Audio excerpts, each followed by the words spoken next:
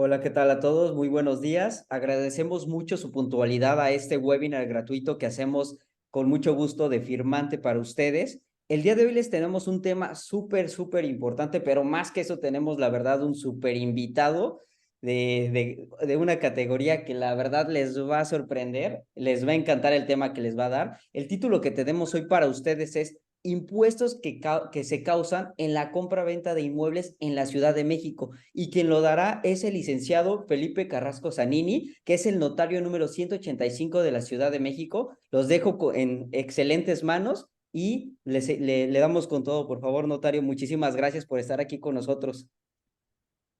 No, hombre, al contrario, muchísimas gracias por la invitación. Un gusto estar con ustedes aquí, pues platicando de estos temas, pues muchas veces un poquito ahí escabrosos, un poquito medio áridos y muchas veces que el día a día en las notarías, al cierre de nuestras operaciones en las que intervenimos, pues siempre pueden llegar a empezar a causar un poquito de revuelo y un poquito ahí de fricciones muchas veces de los criterios y de qué impuestos van a causar. Pues bueno, pues el chiste es que ustedes si son usuarios muchas veces premium de notarías y están en contacto con operaciones inmobiliarias, pues bueno, tengan estas nociones importantes de estos impuestos. Como me presentaron, pues yo soy el notario 185 de la Ciudad de México. eh, y a lo largo de mi vida, pues me he especializado muchísimo, sobre todo en la parte académica, en cuestiones inmobiliarias. Si gustan, si tienen dudas, si quieren hacer algún tipo de preguntas sobre ese momento, yo no tengo un inconveniente, hagan las preguntas, yo no tengo ningún inconveniente ni que pues me interrumpan y podamos ir platicando y podamos ahí sacando todas estas preguntas y dudas al momento, ¿no? Entonces, pues si gusta, vamos a empezar. Si pueden poner la primera diapositiva, justamente. Gracias.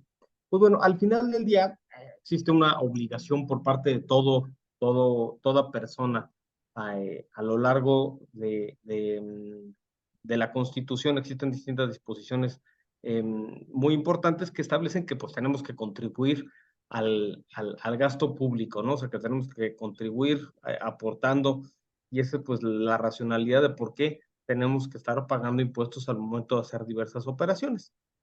Eh, Estos impuestos pues van a tener ciertas características, deben tener ciertas condiciones para poder ser constitucionalmente válidos, y pues depende del tipo de impuesto y depende de la materia. Vamos a ver que tenemos impuestos que se van a ir cobrando a lo largo de estas operaciones. Muchas veces van a ser cobrados por la federación, o sea, por el gobierno federal. En otras ocasiones van a ser cobrados por el Estado, o sea, por la entidad federativa, si estamos en distintas, no sé si alguno de ustedes está en alguna otra entidad federativa distinta a la Ciudad de México, pero a lo mejor con Morelos, el propio Estado de México, la Ciudad de México, van a cobrar estas contribuciones, y tenemos contribuciones que van a cobrar los municipios, que esa es la gran, por así decirlo, parte de las contribuciones inmobiliarias, ¿no? Entonces, eh, yo englobaría que en las operaciones inmobiliarias que tenemos en nuestras oficinas prácticamente todos los días, vamos a encontrar estos tres tipos de impuestos, estos tres impuestos, que serían el impuesto sobre adquisición de inmuebles, el impuesto sobre la renta y el impuesto al valor agregado. Y pues vamos a empezar uno por uno y lo vamos desglosando y vamos viendo cuáles son los objetos, cuáles son los elementos de cada una de estas contribuciones. Voy a empezar por el impuesto sobre adquisición de inmuebles, que es el más común. Si gustas, podemos pasar a la siguiente diapositiva. Este impuesto sobre adquisición de inmuebles, aquí para la Ciudad de México, lo vamos a encontrar regulado en el Código Fiscal para la Ciudad de México. Ahora, sin embargo, si bien se está titulada esta plática como comprobante de inmuebles de la Ciudad de México, pues bueno, estamos en la zona conurbada y muchas veces encontramos otro tipo de impuestos, o sea, un impuesto similar en otro tipo en otras entidades.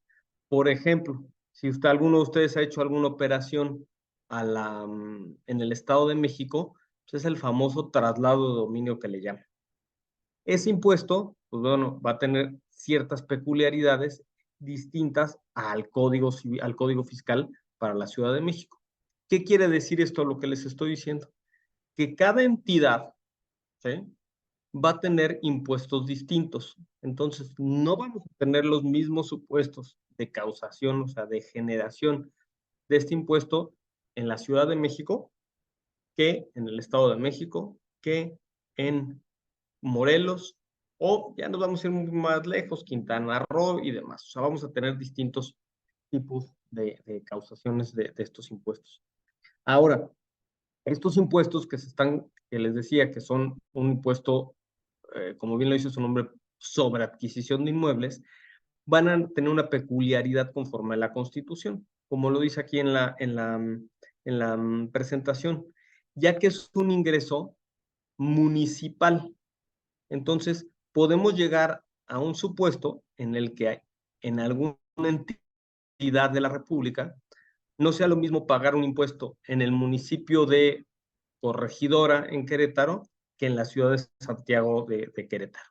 Entonces, puede ser que tengan inclusive algunos elementos distintos. Entonces, cuando ustedes estén ante la presencia de una operación de este tipo, pues vamos a ver que vamos o analizar, van a tener que analizar muy bien de qué municipio a qué municipio van y en qué entidad de la República. Ahora voy a entrar a la Ciudad de México. El de la Ciudad de México, pues ustedes bien saben, dicen que no hay sonido, que no se me escucha, por aquí viene el chat. ¿Sí se me escucha bien? Todo perfecto de este lado. Ah, es que estoy escuchando, viendo en el chat que alguien dice no hay sonido. Entonces no sé si solamente sea la persona que lo pone. Perfecto, gracias. Sí, entonces quien dice que no hay sonido, a lo mejor es su computadora. Perfecto. Entonces, vamos a ver que este impuesto, aquí también vamos a tener, conforme a las últimas reformas que ha habido hace algunos años, las famosas alcaldías, ¿no?, que para muchos efectos se pueden asimilar a lo que son los municipios. Si bien es cierto que en los estados de la República va a ser distinto y se va a pagar a cada uno de los municipios este impuesto sobre adquisición de inmuebles, aquí en la Ciudad de México va a ser un impuesto que se va a pagar al gobierno de la Ciudad de México. Entonces, va a ser totalmente idéntico un impuesto de un inmueble que se causa en Xochimilco, en Coajimalpa, en Gustavo Madero o en Tlalpan, o en cada una de las 16 alcaldías de la Ciudad de México. Entonces, esa va a ser una diferencia sustancial entre el impuesto sobre adquisición de inmuebles en la Ciudad de México con las demás entidades. ¿A quién se le va a pagar? Entonces, resumiendo, en la Ciudad de México se paga a la Ciudad de México, es igualito para toda la ciudad, y en los demás estados se paga al municipio y pudiera llegar a ser distinto en cada uno de los municipios, con distintas tasas, de distintos a lo mejor valores sobre los cuales se está calculando este impuesto. ¿Sí? Siguiente diapositiva, por favor. Ahora, toda contribución, o sea, todo contribución, voy a hablar que las contribuciones son el género y la especie son los impuestos. Hay distintos tipos de contribuciones, podemos llegar a tener a los impuestos, tenemos a los derechos, tenemos a las aportaciones de seguridad social y tenemos a las contribuciones de mejoras. Entonces, toda contribución y por ende todo impuesto va a tener estos 4 elementos. O sea, que deben de estar fijados en la ley, que son el sujeto del impuesto, el objeto del impuesto, la tasa, tarifa o cuota y la base. ¿Sí? Vamos entonces a platicar un poquito de cada uno de estos elementos para que ustedes vayan analizando y conociendo. Siguiente diapositiva, por favor. Aquí en la Ciudad de México, pues ¿a qué le suena que es el sujeto? Pues el sujeto justamente son las personas, ¿sí? Estas personas que ya bien como dice el artículo 112 del Código Fiscal de la Ciudad de México, sean las personas físicas o morales. Aquí vamos a encontrar y me gustaría distinguir que va a haber 2 tipos de objetos. Como en toda relación jurídica va a haber un sujeto pasivo y un activo. ¿Qué quiere decir? Uno que debe y otro al que le debe. Entonces, pues ya platicamos quién es al que le deben, al que hay que pagarle. Pues ya vimos la distinción. Pues en la Ciudad de México es el gobierno de la Ciudad de México a quien hay que pagar ese impuesto. En los municipios, en las entidades federativas, cada uno de los municipios. Entonces es el sujeto activo. Y el sujeto pasivo justamente va a ser este, como aquí lo dice el artículo 112. Son las personas físicas y las morales que adquieren inmuebles que consistan en el suelo, en las construcciones o en el suelo, y las construcciones adheridas a él ubicados en la Ciudad de México. Y ojo, aquí hay una excepcióncita, dice, así como los derechos relacionados en los mismos que en este capítulo se refiere. Vamos a ver que existen algunas opciones en las que, independientemente de que exista, no exista transmisión de propiedad o no se adquiere el inmueble, de todas maneras, ¿qué hay que hacer? Hay que pagar el impuesto. Ahorita vamos a ir viendo esos casos especiales. Siguiente diapositiva, por favor. Ok, aquí son los casos, este es el objeto. ¿Qué es el objeto de un impuesto? Pues todos los hechos o actos que van a hacer que nazca el impuesto, que se cause el impuesto. Entonces, si ustedes el día de mañana piensan, ¿por qué pueden llegar a causar un impuesto? Pues ustedes vean en el día a día, en el día diario, cualquier cosa que ustedes van y compren, salvo algunas excepciones, pues van a tener que pagar un IVA. Ah, pues ese es el objeto de la contribución, ¿sí? La enajenación de esos bienes. Oye, yo estoy obteniendo un ingreso, pues ustedes por la prestación de sus servicios profesionales, pues el obtener ese ingreso va a generar un impuesto. Aquí hay igual, en el impuesto sobre adquisición de inmuebles hay ciertos supuestos en los cuales se causa este impuesto. Y es un catálogo, la verdad, bastante grande. Ustedes lo pueden revisar en el mismo Código Fiscal de la Ciudad de México y empieza en este artículo, están contemplados en el artículo 115. Entonces te dicen, se considera adquisición para efectos de este contrato todo aquel acto por el que transmita la propiedad. Entonces ahí tenemos que ver, bueno, pues cuándo se transmite la propiedad y pues vamos a ver, ya tenemos ahí que ver un poquito de bases de derecho civil y demás. Ojo, hay que tener mucho cuidado y ojalá que ustedes se puedan quitar de la idea de que la propiedad se transmite hasta que llegamos al notario y firmamos la escritura. Si ustedes tienen un contrato previo en el que ya celebraron un contrato privado de compraventa, ahí ya hay transmisión de propiedad. Así lo marca nuestra legislación, así lo marca el Código Civil. Entonces, ahí ya tenemos causación de impuestos. Entonces, en teoría, cuando ya llegamos muchas veces con el notario, cuando ya llegan a nuestras oficinas, pues muchas veces ya traen contratos ustedes que ustedes mismos prepararon y ya traen ahí esta situación de que ya se causó el impuesto. ¿Y qué va a pasar? Pues si hay algún incumplimiento, tienen que llegar a juzgado y demás, ya por el simple hecho de haber hecho ese contrato, pues ya hay una prueba clara de que este impuesto se causó y de que ya lo tendremos que haber pagado tenemos 15 días para pagar ese contrato. Entonces eso hay que tenerlo en cuenta. Aquí mismo lo sigue diciendo, bueno, inclusive la donación, pues bueno, yo si le regalo un inmueble a mi esposa, a mis hijas, pues también ellas van a tener que estar pagando su impuesto sobre adquisición de inmueble. Otro caso importante, el que te dice aquí, el que ocurra por causa de muerte. Esto es algo sumamente importante. ¿Qué pasa cuando una persona dueña de un inmueble, ¿sí?, fallece? En el momento en el que falleció, automáticamente ese hecho va a hacer que se generen los impuestos sobre adquisición de inmueble. Oye, pero es que resulta que todavía no he tramitado la sucesión. Oye, resulta que todavía no sé quiénes son los herederos. Oye, es que es un intestado. Oye, es que todavía no acepta la herencia. No importa, ya se causaron los impuestos. Ya estará sujeto a que, pues una vez que sepamos todo esto, a que acepten su herencia y demás, pues ya lo tengan que pagar, ¿no? Ya les iré explicando ya. Y algunas otras cuestiones un poquito más distintas, más raras, perdón, como sería esta cuestión de la aportación a sociedades y demás. Siguiente eh, diapositiva.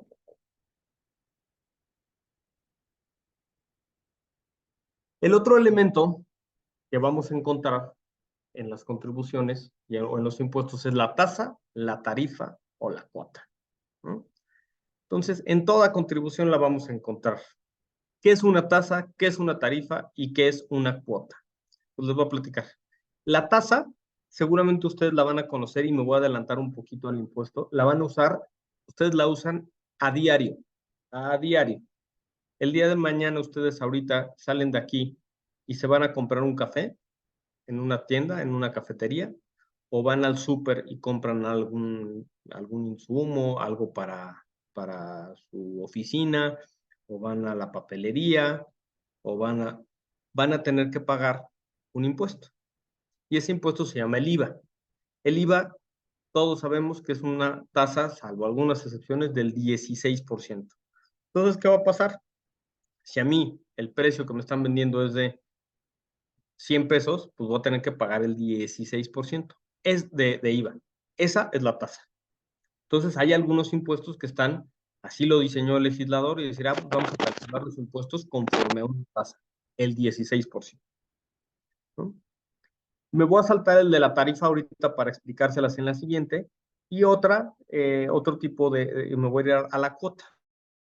La cuota es una cantidad fija, ¿no? Muchas veces a lo mejor no lo pensamos o no lo tenemos en mente, pero hay algunas contribuciones que las vamos a tener determinadas en una cuota. Si ustedes han ido, por ejemplo, al registro público de la propiedad a pedir un certificado de libertad de gravámenes, a pedir una constancia de folio, han perdido un certificado de no adeudos de agua, pagan una cuota fija, no por un impuesto, por un derecho, ¿no? Entonces, oiga, ¿cuánto cuesta el certificado de libertad de gravámenes? Ah, pues 735 pesos. Esa es una cuota, ya una cantidad fija. Normalmente este mecanismo no es tan utilizado en los impuestos, pero sí en los derechos. Y ahora les voy a explicar qué es una tarifa, ¿no? Una tarifa, si me hacen favor de cambiar la diapositiva, es esto que tienen aquí enfrente. No sé si ya la habían visto en alguna ocasión. Esto lo van a poder encontrar en el propio código cuando ustedes tengan dudas de si está bien calculado este impuesto.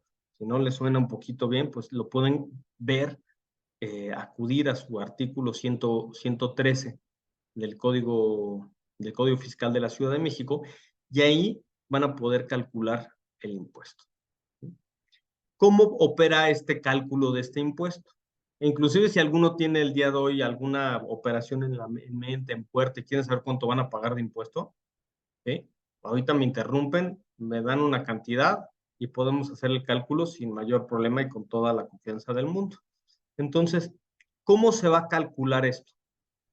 Vamos a entrar con nuestro base, ahorita les voy a explicar qué es con nuestro valor, y vamos a ir al límite inferior, ¿sí? Entonces, a este límite inferior, ¿qué vamos a hacer? Vamos a localizar nuestra cantidad, nuestra base del impuesto, y vamos a ver en dónde se encuentra en el límite. Vamos a poner un ejemplo, el de 1,000,000 de pesos, ¿no? Vamos a ver, pues el 1,000,000 de pesos lo encontraríamos en el rango E. ¿Estamos todos de acuerdo? Porque estamos entre 561,034 pesos con 77 centavos y 1,402,586 puntos. Bueno, ya lo localizamos.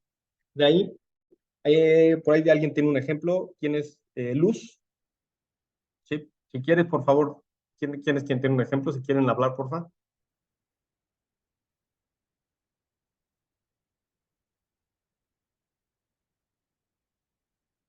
Que no les dé pena, hombre. Yo tengo uno de 3 millones. De 3 millones. Perfecto. Claudia, ¿verdad? A ver, Sí, Claudia, un favor. ¿Tienes una calculadora a la mano? no. Bueno, yo aquí la tengo. Vamos a ver. Vamos.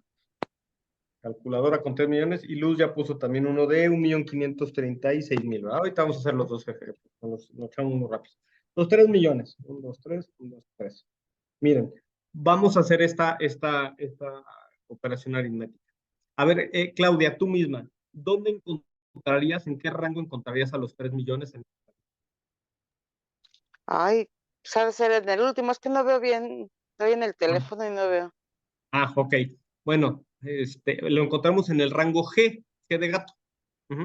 Porque está exactamente, en el G. Entonces, ¿por qué? Porque está Ok. entre 2,805,173 y 5,400. Entonces, Ya la localizamos, 3 millones de pesos. Vamos a restarle a los 3 millones de pesos el límite inferior. Entonces vamos a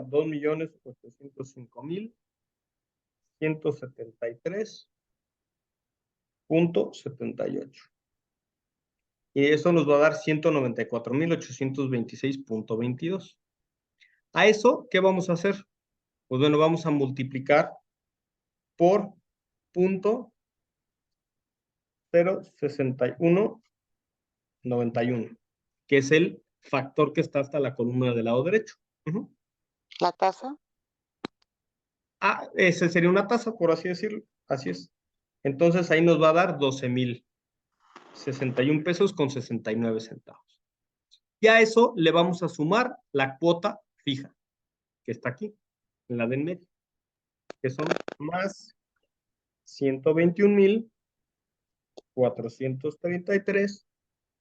121.433.99. Y nos da un impuesto a pagar de 133.495 pesos con 68 centavos. Lo vamos a redondear a 496. ¿Sí? Entonces, un inmueble de una operación de 3 millones va a pagar 133.496 pesos. Esto sería por cualquier concepto, donación, cesión, cualquiera. Cualquier Venta, acto que se compra, transmita a la venta, propiedad. cualquiera. Cualquier compraventa, cualquier acto por el que se transmita la propiedad. De un Eh, inmueble en la Ciudad de México. Oye, por ejemplo, en la cesión, o sea, el que está adquiriendo paga eso o el que está cediendo. A ver, es el que adquiere, ¿no? Y hay que Ah, especificar ok. a lo mejor qué tipo de cesión es el que estamos hablando. Ajá. Eh, ¿Cesión de qué tipo? Mm, por un divorcio me Sí. está cediendo el inmueble. Ajá. Entonces es el que adquiere, el que tiene que pagar ese impuesto. Porque es Y el el de que, impuesto sobre adquisición de inmuebles. ok, ¿Sí? Entonces es el ok. que adquiere, el que tiene que pagar esto. ¿Siento que me dijiste? Vamos a ver. 133.496 pesos por un Ah, inmueble de 3 millones. Ahorita hay ah, que ver, porque muchas veces nos podemos ir con la idea de, es que son los 3 millones. Hay algunos beneficios por el cual a lo mejor no tenemos que entrar con los 3 millones por ahí. Ahorita se los voy a explicar. Si quieren rápidamente, me habían dicho por ahí que había otro. Ándale, sí, por supuesto. gracias.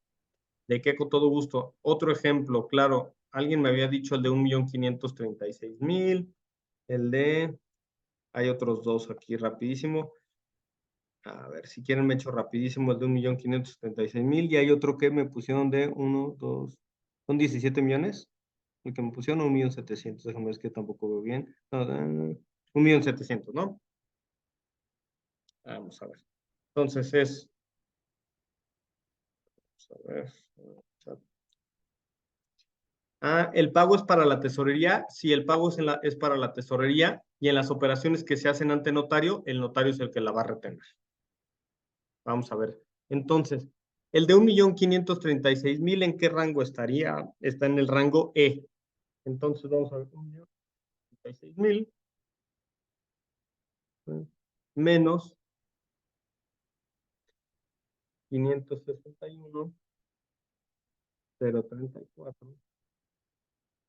561.034.77 es la cuota mínima. Luego vamos a multiplicarlo por 0.05225. Por 0.05225, que es el factor excedente, o sea, la parte hasta la columna hasta la extrema derecha.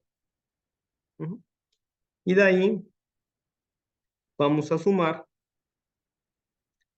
la cuota fija, que son 17.698.63. Tenemos que pagar por ese bien, por esa adquisición, 68.641 pesos. Si se dan cuenta, por eso, el día de mañana que ustedes lleguen a platicar con el notario y le dicen, la pregunta que casi todo el mundo hace es, oye, ¿qué porcentaje cobras? Entonces es imposible determinar el porcentaje así, porque si se dan cuenta, Esto no es un porcentaje fijo, porque es un porcentaje creciente dependiendo del valor de la operación. Entonces nunca vamos a saber, no es lo mismo el impuesto que se va a pagar por un inmueble de 500,000 pesos que, que por un inmueble de 25 millones. ¿Les puedo decir la operación nuevamente? Sí, claro, con todo gusto. Miren, la fórmula es la cantidad sobre la cual vamos a aplicar el impuesto, o sea, el valor del inmueble, ¿sí? Menos el límite inferior, ajá, o sea, que es la columna extrema, o sea, la segunda columna, más, perdón, por el factor de aplicación, que es el de la extrema derecha, más la cuota fija. La repito, es menos límite inferior por el resultado por el factor de aplicación más la cuota fija.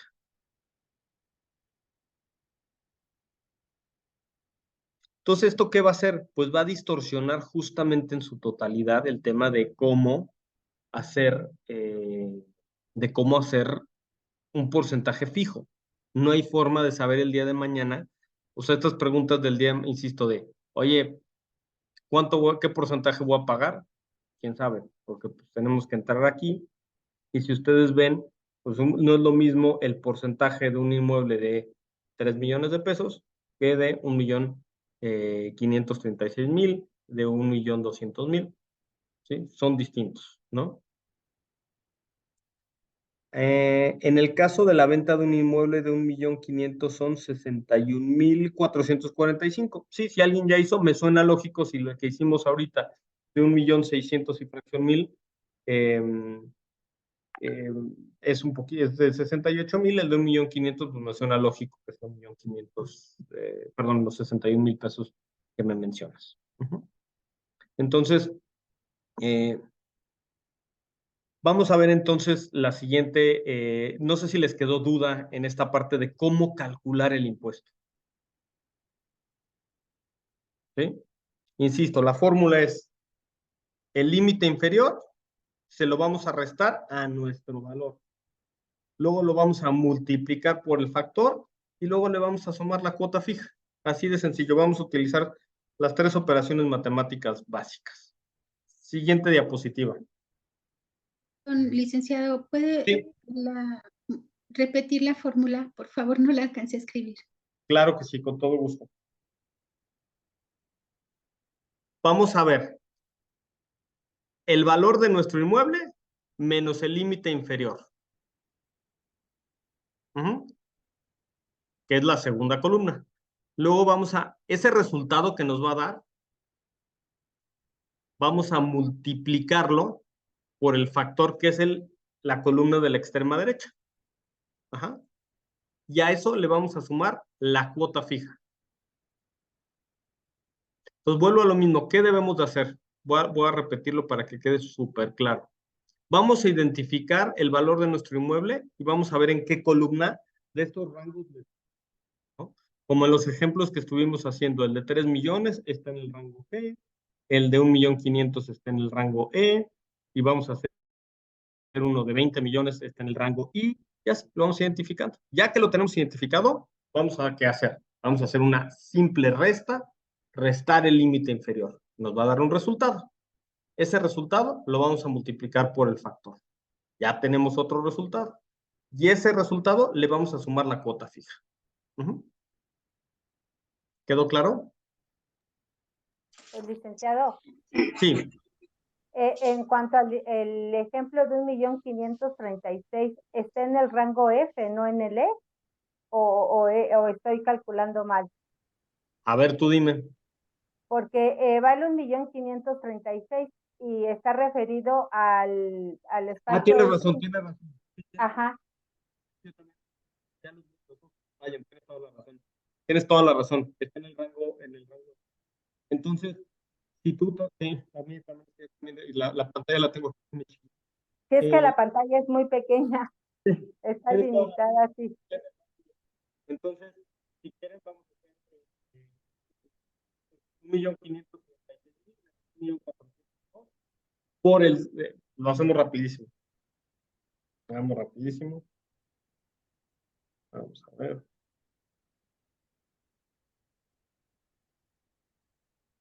Entonces, 1.500.000, gracias por la corrección, porque sí los ojos me fallaron. 1.402.586.88.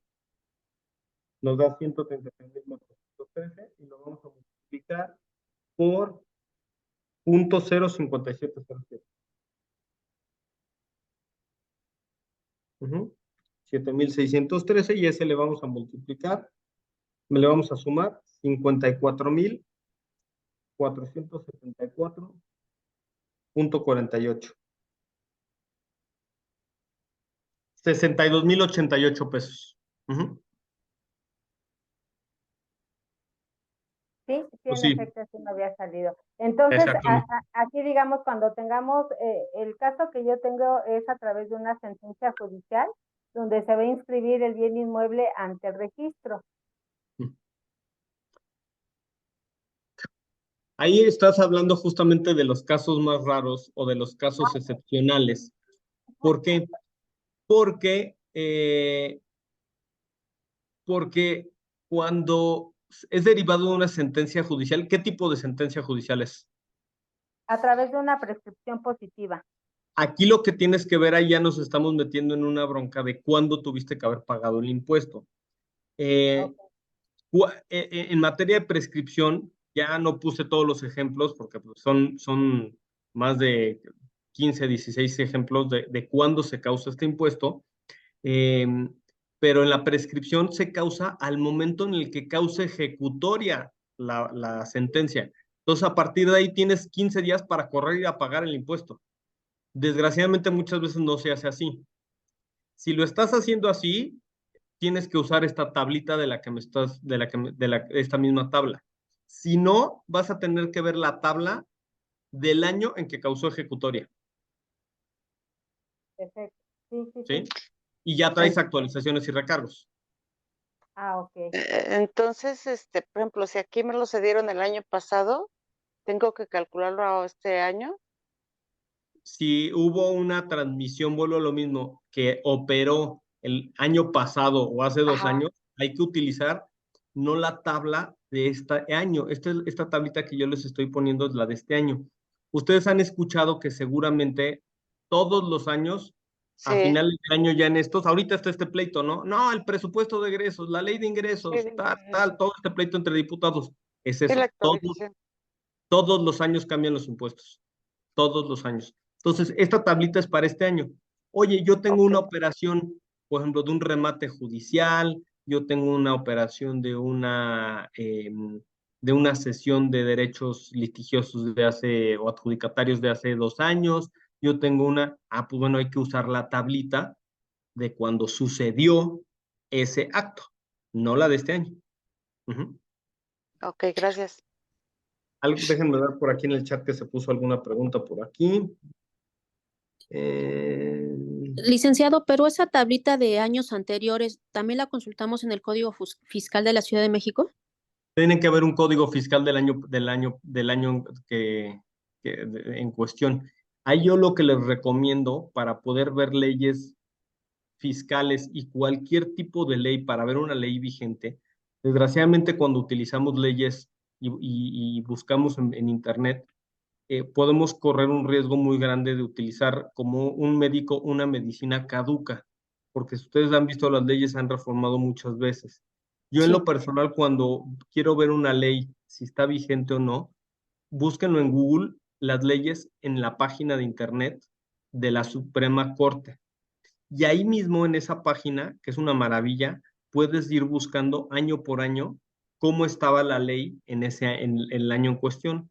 Entonces, a lo mejor si tú quieres ver cómo era el impuesto, por ejemplo, vamos a pensar que la prescripción que comentaban fue de hace 4 años, si tú quieres ver cómo era el impuesto en el año 2019, puedes verlo en esa página, ¿sí? De Internet. La página de la Corte es excelente, es una excelente herramienta. Ok, gracias. ¿De qué? Déjenme ver, a ver si de las preguntas que estaban. ¿Cómo puedo saber en qué columna restar? Pues justamente hay que identificar nuestro valor del inmueble entre cuáles de los dos rangos estar. Y siempre vamos a restar el que dice límite inferior.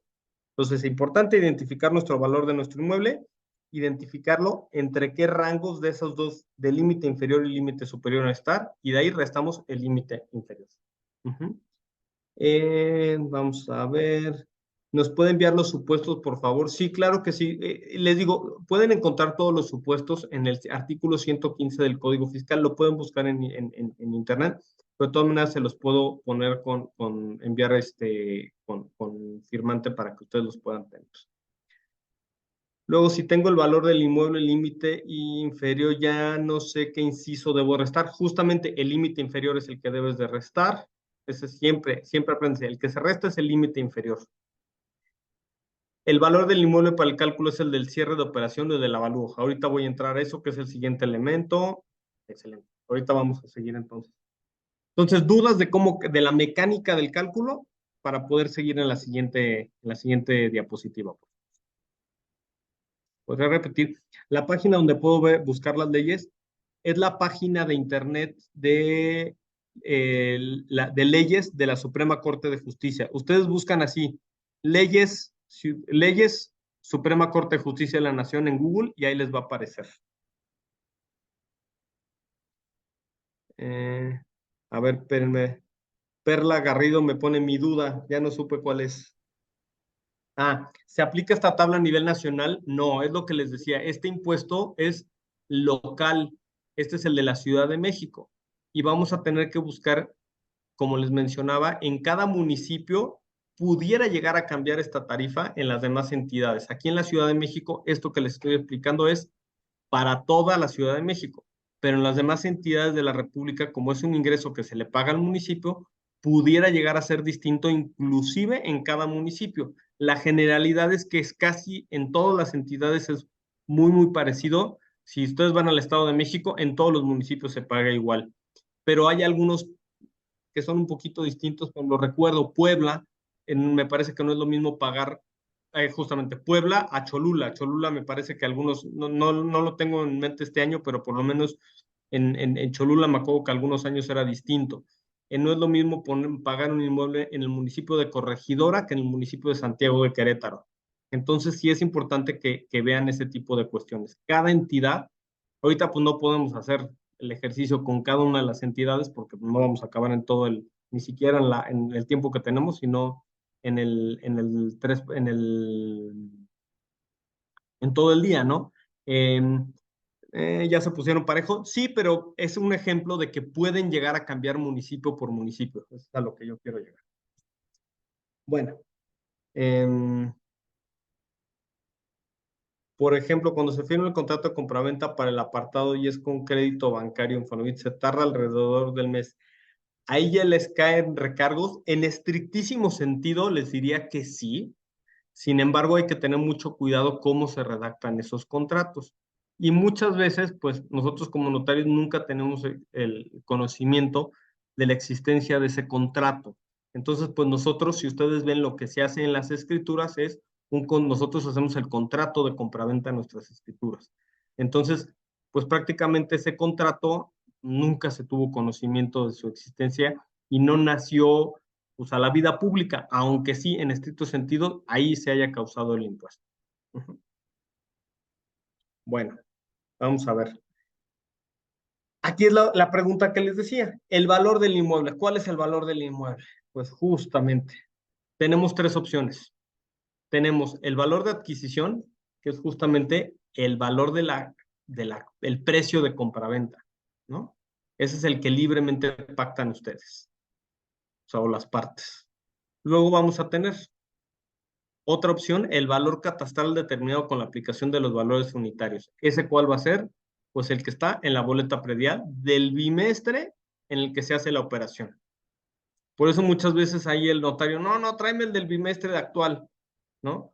Porque también ya nos ha pasado en algunas ocasiones que de bimestre a bimestre, no sé por qué, la autoridad fiscal cambia los valores. Entonces, pues hay que tenerlo ahí en cuenta, es el del bimestre actual. Y luego otra opción, el valor comercial que resulte del avalúo practicado por la autoridad fiscal. o por personas registradas y autorizadas por la misma. Pues estos famosísimos avalúos. Estos avalúos que vamos a necesitar, seguramente ustedes han pasado ahorita por todos este término de hacer el avalúo, tener el visto bueno del positivo por parte de la tesorería, pues entonces ese avalúo es al que me refiero. Tiene que ser por un perito autorizado por la Secretaría de Finanzas, y debe de ser para efectos de escrituración. No puede ser cualquier avalúo, ¿sí? Tiene que estar accesible o subido en un programa que se llama SIGAPRED. Ese es el sistema que tiene de vinculación la tesorería con los notarios, y con eso nosotros podemos pagar los impuestos. Ahora, vean cómo dice el artículo 116. ¿Cuál de estos avalúos? Dice, será el que resulte el más alto. El más alto. Entonces vamos a tener aquí que entre el valor de adquisición, entre el valor capital y el valor comercial, el que resulte más alto. Entonces, siempre este valor va a ser con el que vamos a entrar ¿a qué? A nuestra tablita de la que estuvimos platicando en la diapositiva pasada. Entonces, por ejemplo, si yo tengo una operación de un valor de inmueble de 3 millones de pesos, el precio de operación, un valor de avalúo de 3.200.000 y un valor catastral de 1.400.000, pues vamos a entrar con el de 3.200.000, que es el más alto. ¿Sí quedó clara esta parte? Sí. Perfecto. Por aquí, ¿por qué Giselle Espinosa, por qué el más alto? Pues porque así lo dice la ley. Así de sencillo. Así lo dijo el legislador, y pues bueno. ¿Por qué los avalúos cambian dependiendo si es con Infonavit, Fobiste bancario o recursos propios? A ver, justamente porque cada uno de estos supuestos están regulados en leyes distintas y tienen peritos distintos. No es lo mismo hacer un avalúo para efectos fiscales, ¿sí? En teoría, pues debería de ser lo mismo, pero no deja de ser la evaluación no deja de ser una apreciación subjetiva, bajo ciertos lineamientos, pero no deja de ser una apreciación subjetiva. Entonces, hay peritos que deben de estar registrados para la tesorería, y hay otros peritos que deben de estar registrados en Sociedad Hipotecaria Federal, que son los avalúos que necesitamos para hacer nuestras operaciones de crédito. Entonces, muchas veces coincide que el perito puede estar registrado en los dos, pero muchas veces no. Entonces, o muchas veces el banco dice, no, yo quiero que sea con mi perito porque ese es el que me va a determinar el valor de mi garantía. Bueno, pues entonces justamente por eso los avalúos pueden llegar a ser distintos. Seguramente les ha pasado en algunas ocasiones que mandan a hacer el avalúo del banco, sale, y cuando llegan a la notaría hay que hacer otro avalúo. ¿Por qué? Porque un avalúo es para efectos de crédito y el otro avalúo es para efectos fiscales. En estos impuestos entra la jornada notarial. El avalúo de tesorería siempre es más alto que el del crédito. Es normalmente, sí, estoy de acuerdo. Ahorita les voy a explicar la jornada notarial, que es la excepción a esta regla, ¿no? Vamos, si me dan la siguiente diapositiva, por favor. Estos son los peritos que deben para efectos fiscales, estos son los peritos que están autorizados para poder hacer avalúos en materia fiscal. ¿Cuáles son los que utilizamos normalmente? Pues los peritos evaluadores con registro vigente por la autoridad fiscal, ¿sí? Las tres primeras son normalmente las que más se utilizan. Entonces, siempre que ustedes vayan a hacer una operación, si es un inmueble que no entra a jornada notarial, que ahorita la voy a explicar, van a necesitar un avalúo con estas características. Entonces, muchas veces, si es con crédito, hasta mismo le pueden preguntar al perito, si es con crédito Infonavit, que muchas veces ahí tenemos la libertad de escoger el perito, podemos decirle, oye, ¿sabe qué? Pues de una vez, échame el avalúo fiscal, ¿no? Siguiente diapositiva. Esta es la famosísima jornada notarial. Esta jornada notarial es un programa que empezó hace 23 años, que la verdad ha sido sumamente exitoso, sumamente exitoso. Ha ayudado a muchísima gente a regularizar sus propiedades. ¿Por qué? si ustedes ven, dice, oye, estoy pagando al final del día por estos inmuebles de 1,536,000 pesos, pues 60,000 pesos, pues es un porcentaje bastante alto, ¿no? Entonces mucha gente pues dice, híjole, pues simplemente ya pagar esta cantidad. El impuesto sobre adquisición de inmuebles, salvo Querétaro, es el impuesto más caro de toda la República, aquí el de la Ciudad de México. Entonces, pero sí es bastante alto. Ahora, ¿en qué consiste la jornada notarial en la actualidad? Si nosotros vemos, ustedes tengan la oportunidad de leer el artículo 275 bis del Código Fiscal para la Ciudad de México, ahí va a estar contemplado este beneficio.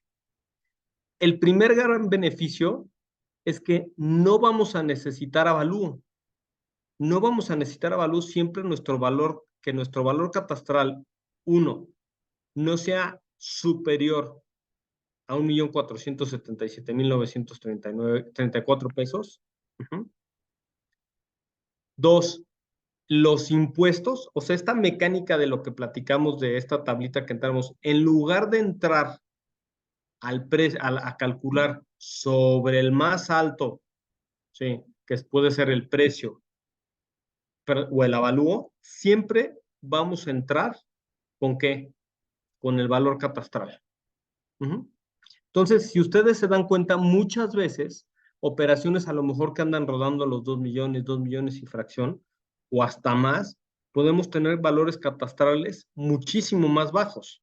Normalmente los valores catastrales que son valores que todavía no están actualizados conforme al valor comercial. Entonces tenemos valores mucho más bajos. Entonces, de ahí es donde vamos a poder entrar a calcular con un valor mucho más bajo. ¿Y qué creen? Además, nos dan una reducción. ¿En qué caso no se necesita avalúo? En casi todos los casos de jornada notarial no vamos a necesitar avalúo. Ahorita les voy a explicar. Si nuestro valor catastral está hasta 1,477,000 pesos, por regla general no vamos a necesitar avalúo. Ahorita les voy a decir unos casos de excepciones. La jornada notarial sí es solamente de la Ciudad de México. Entonces, esta jornada notarial, si nosotros tenemos a lo mejor un inmueble de 2 millones de pesos y tenemos el valor catastral de 806,000 pesos, pues vamos, imagínense, vamos a calcular sobre 806,000 pesos el valor catastral y vamos a tener adicionalmente un descuento del 30%. En serio que se reduce considerablemente el precio, el costo del impuesto. Un favor, ¿pueden cambiar la diapositiva? No, la siguiente, ya es la última que tenemos. Sí, ok, es la última. Hay una, déjenme ver aquí, tengo.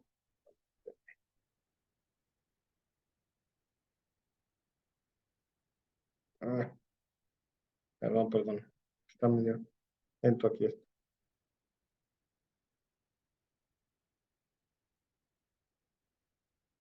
Podemos hacer un ejemplo en dinero con jornadas, un cálculo, ¿te refieres a un cálculo de impuestos con jornada notarial? Claro que sí.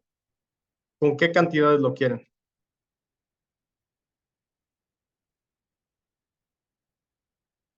Déjenme buscar justamente una.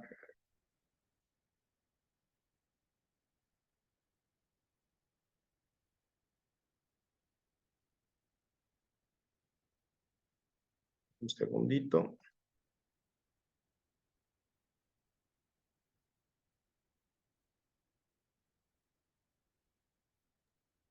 Licenciado, Sí.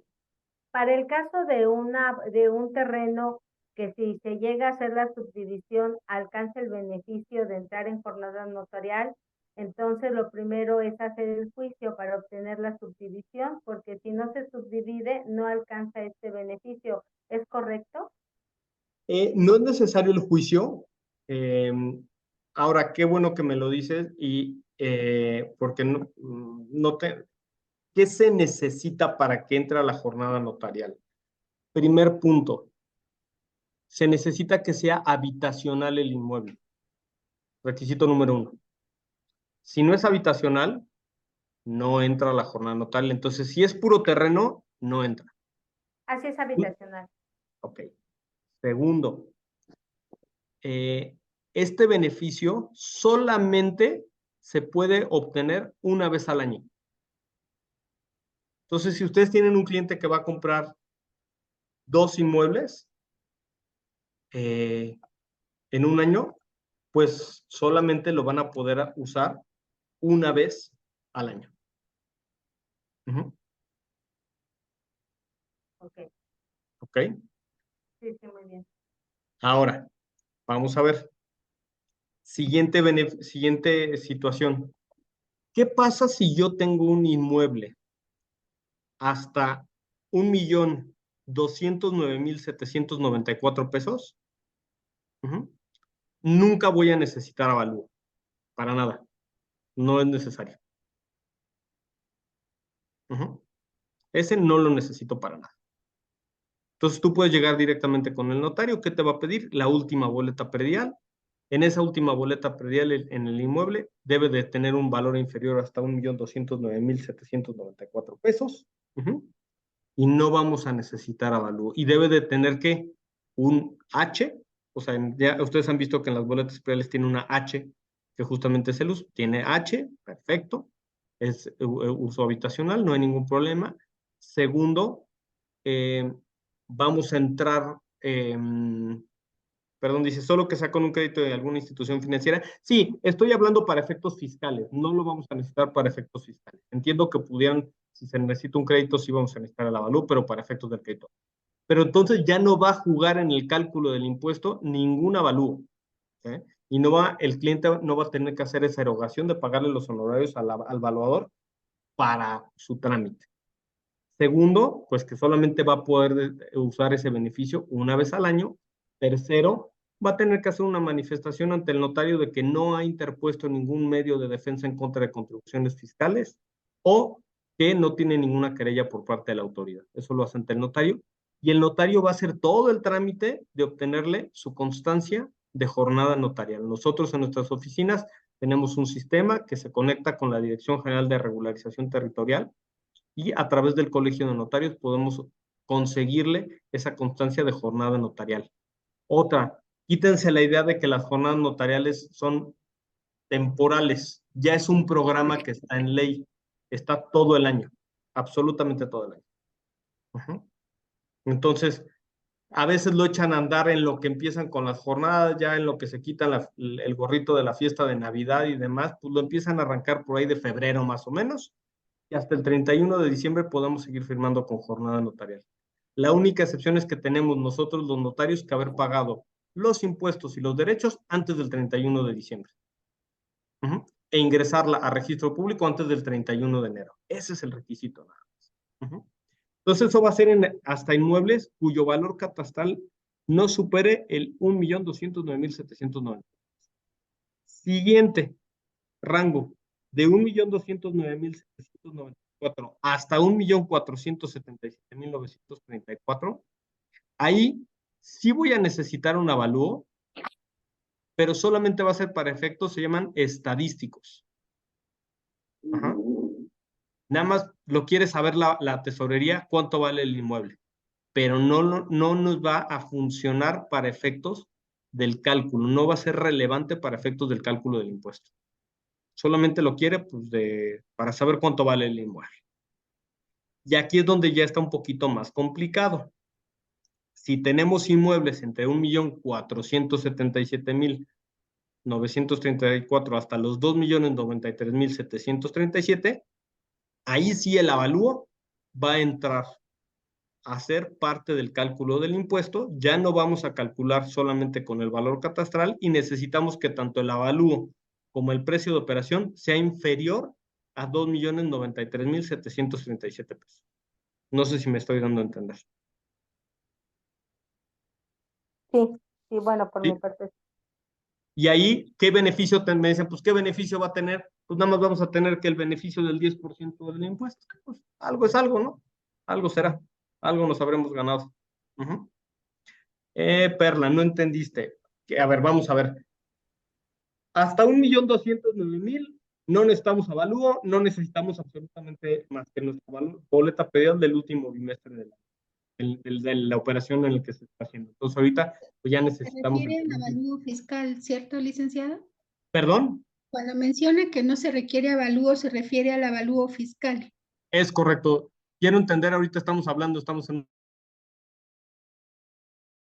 una plática de derecho fiscal, entonces no se requiere para efectos fiscales. Vuelvo a lo mismo, si tenemos una operación de crédito, bancario, Infonavit, Fobiste, ellos por ley, no es por capricho, por ley, deben de tener estas instituciones financieras o estos organismos de vivienda un avalúo por un perito autorizado por la Sociedad Hipotecaria Federal.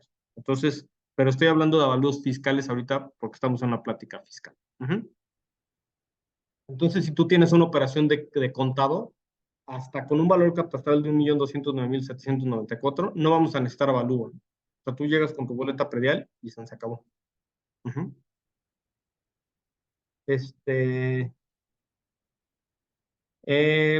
Entonces, luego, de 1.209.394 a 1.476.934, ahí vamos a necesitar un avalúo, pero simplemente te dice para fines estadísticos. La autoridad fiscal quiere saber cuánto vale el inmueble en valor comercial. Nunca le he entendido por qué esos rangos, pero así lo quiere la autoridad. Y entre 1.477.934.01 a 2.093.767, ahí sí vamos a necesitar un avalúo.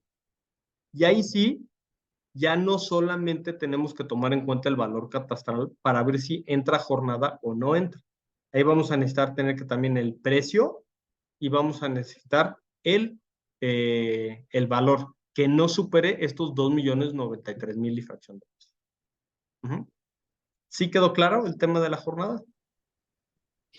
Sí. Oiga, licenciado, yo una pregunta. Yo, por ejemplo, tengo un inmueble que su costo es de 4.700.000, pero en el valor catastral sí excede, tiene 1.680.000, me parece. Él nada más va a poder acceder al 10%. ¿Y qué tipo de avalúo se va a hacer? No, ese no va a entrar a jornada. Ese no va a entrar a jornada. Porque Ok. los 4 millones exceden los 2.093.000. Para entrar a jornada, necesitas que el precio de operación sea de 2.093.000 y sí va a necesitar un avalúo fiscal. De esto de la tesorería. Sí, gracias. Déjenme ver por aquí. Quedó claro. Déjenme ver los mensajitos. El avalúo al que se me refiere, insisto, estamos hablando para efectos fiscales. Sí, solamente para efectos fiscales y de la tesorería. ¿Quién más? En el caso, licenciado, de un terreno que es habitacional y lo tienen los dos hijos, son los dos herederos, pero para que alcance el beneficio de la jornada notarial, una fracción de ese terreno, se tiene que realizar primero el juicio, es a lo que me refería en el comentario anterior. ¿El juicio de qué? ¿De sucesión? No sé si vaya a ser donación, todavía no se estudia bien qué figura procede. A ver, para poder subir. Disculpe, es un terreno de 500 metros y se va a subdividir en los dos herederos, son dos hijos.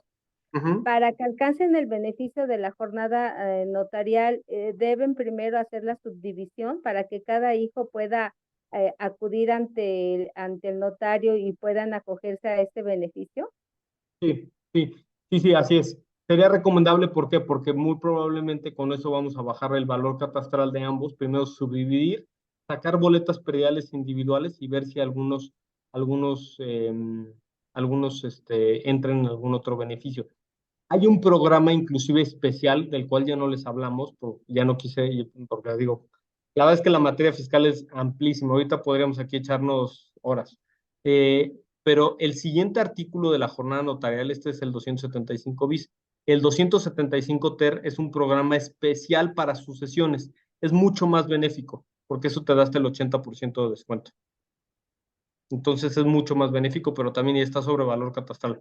Pero sí, la idea sería ahí hacer la subdivisión del predio y ya posteriormente adjudicárselo con valores catastrales individuales y seguramente le saldría más barato. Para poderlo subdividir se necesitaría autorización de la alcaldía. O sea, van a tener que acudir a la alcaldía. No es necesario hacer ningún tipo de juicio. Siempre y cuando cumpla con los requisitos que la propia alcaldía determina en su en su programa de desarrollo urbano.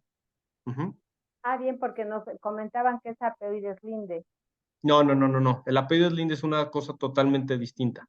El apellido Linde es, por así decirlo, cuando es una jurisdicción voluntaria ante un juez o ante un propio notario para poder fijar las mediciones y y los límites y las superficies de un predio cuando se tenga sospecha de que son inexactos los que uno tiene, pero no es para subdividirlo. Eso hay que acudir directamente a la alcaldía para ver si es un bien que sea sujeto a subdivisión. Perfecto, muy bien. Gracias. Por ahí Una estoy pregunta. Sí. Si aquí es un caso de que es una donación, una parte, el 50 es donación y el 50% es herencia, ahí se puede juntar en un solo momento.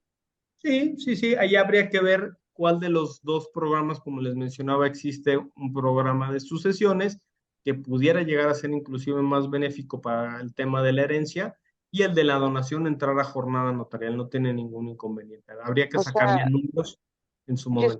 Es que yo tengo el caso, bueno, aquí no sé si sea mi papá, en lugar de heredar, bueno, para que ya el otro, el 50 ya lo tiene mi hermana. ¿Una donación o sucesión? ¿Qué es mejor? Lo que pasa es que la sucesión por la sucesión ya hablamos que es cuando se muere la persona. No podemos hablar de una sucesión de una persona viva. Y entonces ahí sería donación. Es correcto. Así es. Sucesión, que les quede bien claro. Sucesión igual, para que haya, ahora sí que voy a hablar muy coloquialmente, ¿no? ¿Qué se necesita para que haya una sucesión? O lo voy a poner un poquito más claro. ¿Qué se necesita para que haya caldo de pollo? Pues pollo, ¿no? ¿Qué se necesita para que haya una sucesión? Un muerto. Así de sencillo. Entonces no podemos hablar de sucesión si no hay un muerto. Así de sencillo pues de coloquial como lo quieran. Claro. Y el costo es el mismo. Ya nada más se juntan los dos y es el mismo. Insisto, en materia de sucesiones hay un programa que todavía que es un poco más benéfico, pero en teoría sería el mismo. Ok, gracias. ¿Podríamos abordar ese tema en otro momento, licenciado? Pues si me invitan acá sí, claro. Claro, con gusto, licenciado, cuando guste. Claro. Nada más rapidísimo, estoy aquí, soy Irma. Irma, ¿cómo estás? Quiere decir que si estoy por aceptar una herencia de un inmueble catastral es de 3.182.477, ya no tienes ningún descuento, es totalmente de acuerdo, no tienes ningún beneficio fiscal de estos. Hay otras posibilidades dependiendo las fechas de fallecimiento y dependiendo del parentesco del autor de la sucesión con los herederos. Pero esa es otra historia que, insisto, es un tema extenso. Existe por aquí ahorita un transitorio en la ley, en el Código Fiscal, que nos da un beneficio de un descuento de un 50%, pero que habría que ver si entramos a ese caso. Por ahí me estaban diciendo algo de un crédito bancario, perdón. ¿La compra de un inmueble derivado de un remate bancario puede entrar a jornada notarial? Sí, puede entrar siempre cuando esté en los valores que les menciono y sea habitacional. En mes, ver. Lupita Soto, Lupita, ¿qué tal? La jornada notarial es para toda la ciudad, para toda la República, no es nada más Ciudad de México, la jornada notarial. Y déjenme ver qué más estoy abriendo, perdón. A ver, déjenme ver. Me perdí un poquito entre todos los comentarios. Déjenme ver, pues una pregunta. María Elena, que dice que puedo hacer una pregunta, claro, con todo gusto. Sí, gracias. ¿Cuál es? A ver, cuéntales. Aquí cambia de la adquisición de bienes, es para ISR. En una adjudicación, bueno, en un juicio por otorgamiento de escritura pública, donde el firmante es el juez, ¿el impuesto sobre la renta se calcula al 20% o cómo lo calculo? Igual que si fuera una operación lisillana. O sea, no tiene ningún cambio. Aquí muchas veces lo que se tiene es que el impuesto sobre la renta que corre a cargo del enajenante, pues aquí no vamos a tener yendo a firmar al enajenante. Entonces muchas veces los compradores dicen, híjole, pues ¿por qué me lo vas a cobrar a mí? Pues es que a mí notario Me dice la ley que a mí no me interesa quién lo pague, pero tiene que estar pagado el impuesto, ¿no? Entonces lo va a tener que asumir el comprador y se calcula con una operación lisa y llana, pero vuelvo a lo mismo, hay que ver cuándo se causó el impuesto. El impuesto se causó con la firma del contrato privado y hay que ver la ley de cuando se firmó el contrato privado y puede traer actualizaciones y recargos, debe de traer actualizaciones y recargos. Segundo. Ok, entonces no lo tomo de cuando esté la sentencia, cuando causa ejecutoria la sentencia, donde ya se lo adjudica. No, si es otorgamiento y firma de escritura, no, sería justamente desde el contrato privado de compraventa. Ojo, puede llegar a generar ISR por adquisición. Lo traía preparado, pero pues, insisto, es un tema amplísimo la parte fiscal. Aquí, insisto, si me vuelven a invitar con todo gusto, trato ISR e IVA, puede llegar ¿O a lo puedo causar molestar ISR. al ratito en un mensaje ya, hacerle una Claro consulta personal? Por Okay, supuesto, claro perfecto. que sí. Gracias. ¿Cómo me pueden contactar? Alex, no sé si tienen por ahí, me están poniendo aquí de cómo están mis datos. Si quieren los voy a poner aquí. Los voy a copiar por aquí. Les voy a poner la dirección de mi notaría. En un segundito, por favor.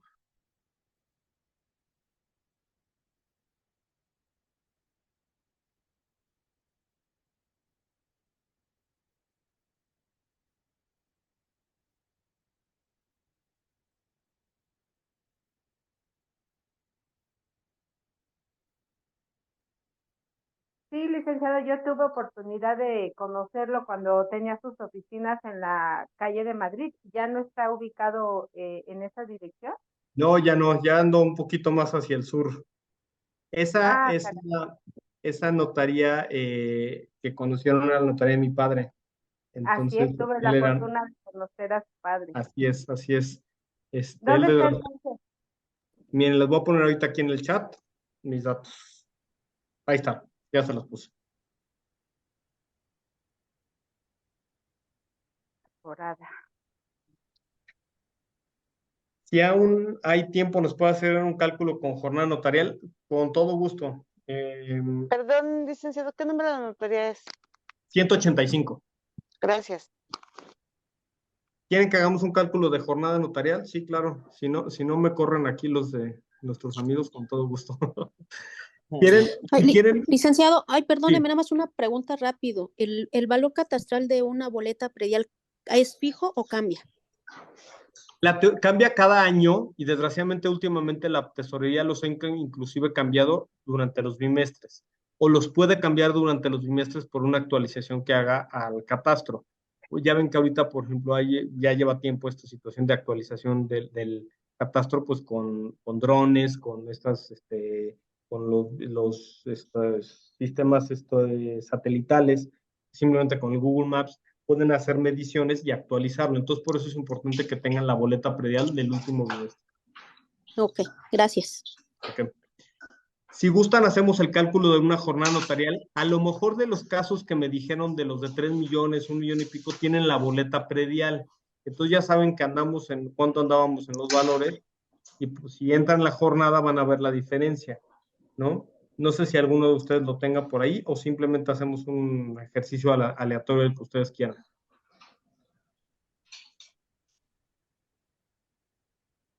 Pues lo hacemos si quieren aleatorio. ¿Alguien, un número, un valor catastral que tengan?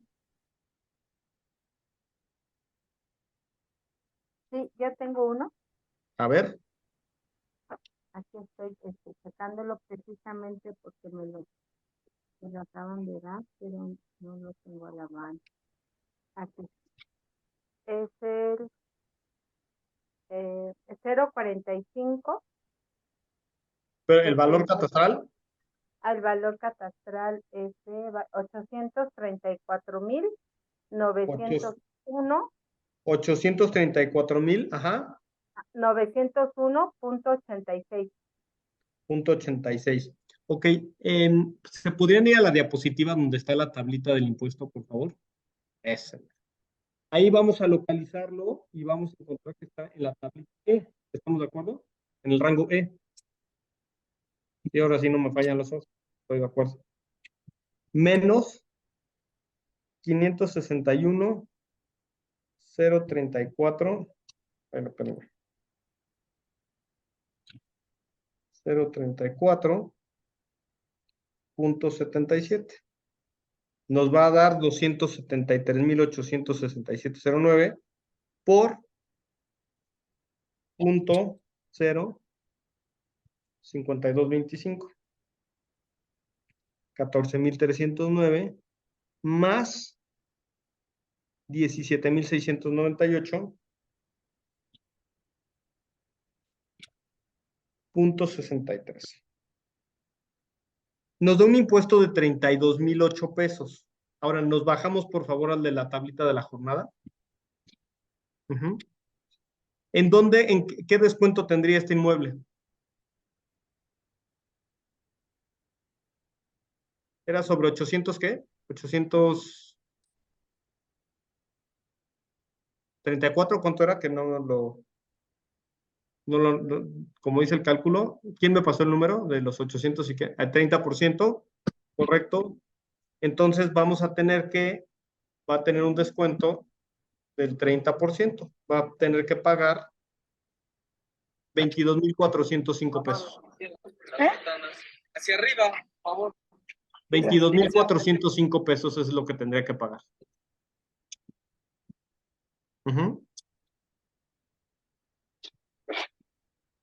Seguramente ese inmueble de 800,000 pesos pues anda cercano un valor comercial a los 2 millones de pesos.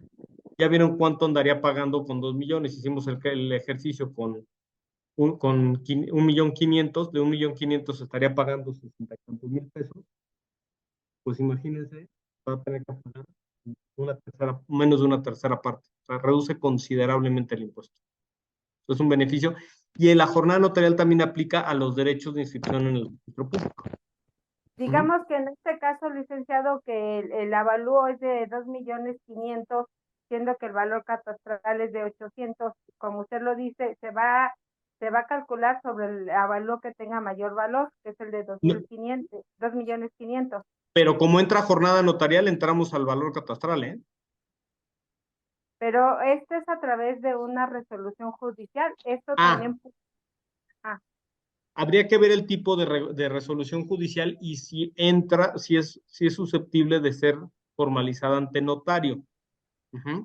Si es susceptible de ser formalizada ante notario, puede entrar a la jornada notarial. Hay que ver qué tipo de resolución.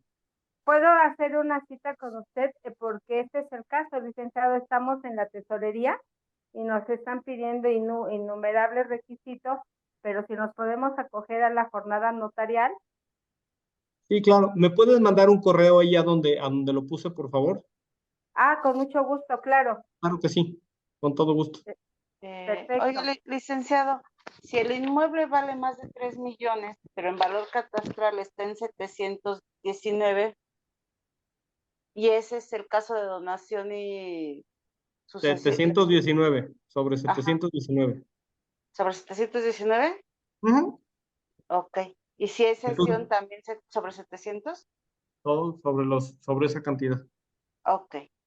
O sea, la verdad, vean la gran, calculamos el de 3 millones y ¿en cuánto andaba? Andaba en 150 y algo, seguro, 130 y algo. Ajá. Y va a terminar pagando sobre 700, va a andar pagando unos 18,000, 16,000, en lugar de 100 y pico mil, va a tener que pagar 10 y pico mil de pesos. Es un gran beneficio. Ok. Y la jornada es todo el año, me dice, ¿verdad? Como les mencionaba, es un programa ya establecido en ley. Históricamente empezó a ser un programa, ¿sí? Una jornada en el cual se da un beneficio por parte de la jefatura del jefe de gobierno o la jefa de gobierno, pero ya desde el año 2017 se instauró en ley. Entonces ya es un programa de vigencia anual.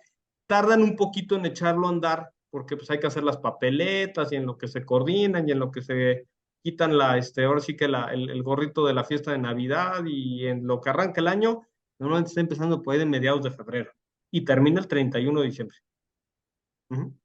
Ok, gracias.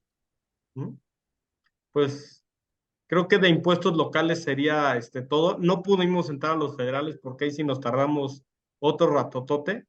Y si quieren, pues luego con todo gusto podemos hacer alguna otra sesión. Sí. Si nos vuelven a invitar, con todo gusto.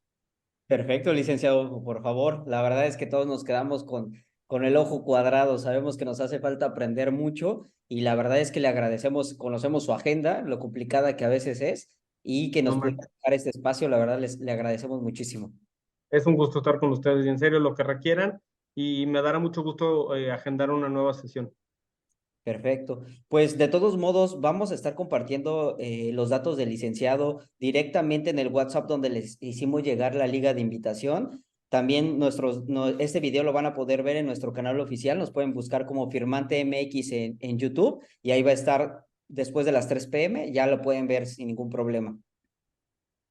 Excelente. Pues muchísimas gracias. No, a usted. No, a usted, licenciado, muy agradecida por la información.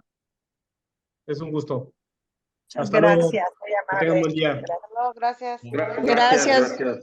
Gracias, licenciado.